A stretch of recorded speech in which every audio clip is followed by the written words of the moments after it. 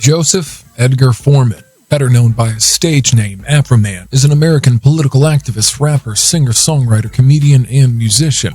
He's best known for his rap Because I Got High, released in 2000, and Crazy Rap, released in 2001, both of which were featured on his album The Good Times. Afroman was nominated for a Grammy Award in 2002. He's currently running for president in the 2024 United States presidential election as an independent. Afroman has an estimated net worth of $4 million. Afroman early life. Born in LA, Afroman initially grew up in the state of Mississippi before moving back to South Central Los Angeles at an early age. He later lived in the high desert Southern California city of Palmdale, briefly in Las Vegas, Nevada, and then in Hattiesburg, Mississippi. Afroman personal life. In 2003, Afroman declared himself a Christian. In January 2003, he released an hour-long video on YouTube titled How to Be Happy in an Unhappy World, Sermon by Afroman, detailing his experiences and understandings on life's issues and how to overcome tribulations through faith in the Word of God. Afroman professional career. The first song Afroman wrote was entitled Harry Carey. He stated it was written during his time in middle school and was a diss song about a student known for her cruel harassment of fellow students concerning their appearances. His musical career began in the 8th grade, when he began recording homemade songs and selling them to his classmates. He later recalled, quote, "The first tape I made was about my 8th grade teacher. She got me kicked out of school for sagging my pants, which was a big deal back then. So I wrote this song about her, and it sold about 400 copies. It was selling to teachers, students, just about everybody. And I realized even though I wasn't at school, my song was at school. So in a way, I was still there. All these people would come by my house just to give me comments about how cool they thought the song was." Foreman also performed in his church at a young age, playing both the drums and guitar.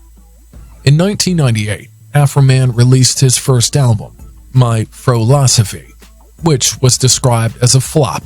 The following year, he released Sell Your Dope and relocated to Hattiesburg, Mississippi, where he met drummer Jody Stallone, keyboardist bassist Daryl Havard, and producer Tim Hedfridge. Afroman attributes his musical success in part to his relocation.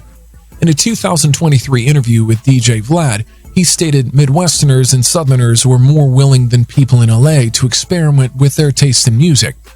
Producer Hedfridge produced and released Afroman's album Because I Got High in 2000 on T-Bone's Records. It was distributed primarily through local concerts and on the file-sharing server Napster before its title track was played on The Howard Stern Show. The song humorously describes how cannabis use is degrading the narrator's quality of life. In late 2001, the song became a hit and was featured in the 2000s film Jay and Silent Bob Strike Back, The Perfect Score, and Disturbia. Because I Got High was nominated for the Grammy Award for Best Rap Solo Performance in 2002. After the single's success, Afroman joined the lineup of Cypress Hill's Fall Festival Smokeout with the Deftones, Method Man, and others. After this, Universal Records signed Afroman to a 6-album deal, and Universal released The Good Times in 2001. The Good Times was a compilation of Afroman's first 2 albums and also featured new songs. Afroman started releasing his music independently and mostly through the internet in 2004, and that year he recorded Joby Bells, which satirized traditional Christmas songs. Afroman was part of the 2010 gathering of the Juggalos lineup.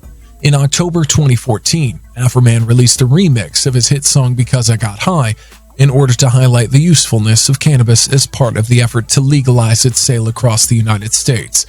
On December 20th, 2022, Afroman announced his candidacy in 2024 for the presidential election.